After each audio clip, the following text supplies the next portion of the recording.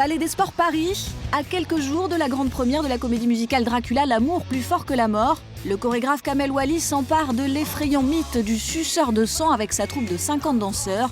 Oh, tout d'un coup, on a peur. Mais ne vous inquiétez pas, il est gentil, le Dracula de Kamel Wally, pas une seule goutte de sang sur scène. Tiens, énième projet artistique à fricoter avec les vampires et à surfer sur la vague des films comme la saga Twilight ou encore les séries True Blood ou Vampire Diaries. En fait, je cherchais vraiment un univers fantastique parce que c'est un univers que je n'ai jamais exploré dans les spectacles musicaux que j'ai mis en scène. Je me suis inspiré librement du roman de Bram Stoker, pas au détriment de l'histoire parce que l'histoire c'est l'émotion et ça c'est très important. Moi le spectacle que je présente n'est pas du tout, c'est pas du tout le monstre sanguinolent dont je parle. Dracula c'est lui, le jeune Golan Youssef, il ne parle pas, ne chante pas, il se contente d'être gentil. Voilà Golan Youssef qui interprète le rôle de Dracula. Je suis un Dracula moderne qui cuisine avec de l'ail. Signe particulier de ce Dracula, romantique et surtout donc gentil, il ramasse même les béquilles de ses amis. Quel gentleman! Mais il fait même pas peur, votre Dracula, Kamel Wally. Il fait pas peur, mais il sera extrêmement touchant par sa sensibilité, c'est-à-dire que ça sera déroutant parfois. Gentil, super gentil Dracula, on vous dit, même prévenant avec nous quand on file dans les coulisses. Attention.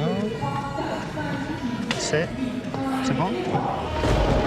Allez, même pas peur. Depuis quelque temps, l'image du vampire s'est aseptisée. Sexy, aux allures angéliques, le dandy aux canines acérées n'a plus rien à voir avec le monstrueux Nosferatu de Murnau ou même avec l'original de Bram Stoker.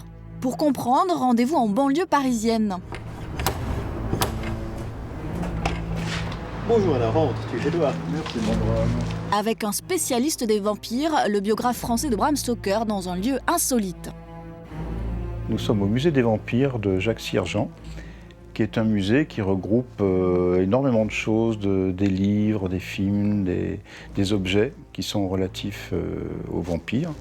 Je crois que Dracula est un des livres les plus traduits au monde, les plus vendus.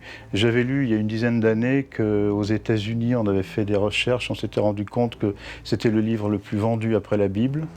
Bon, il faut relativiser évidemment, mais ça donne quand même une indication sur l'importance du livre. Tous les 5 ans, il y a une grosse actualité vampirique. Ok, mais alors à quand remonte ce Dracula moins macho et moins gore ?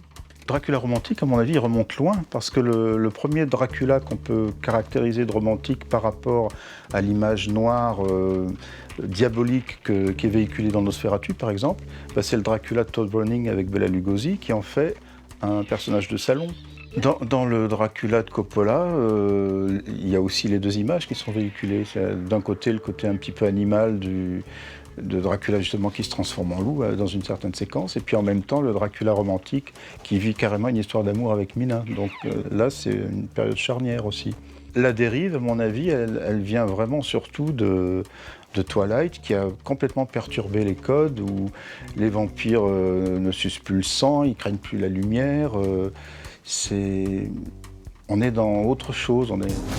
De l'ombre à la lumière, direction le cabinet d'un psychanalyste pour faire le point et pour nous dire à quoi correspond ce relooking extrême du vampire. Le vampire, c'est plus le personnage très dangereux qui va nous attirer vers la mort.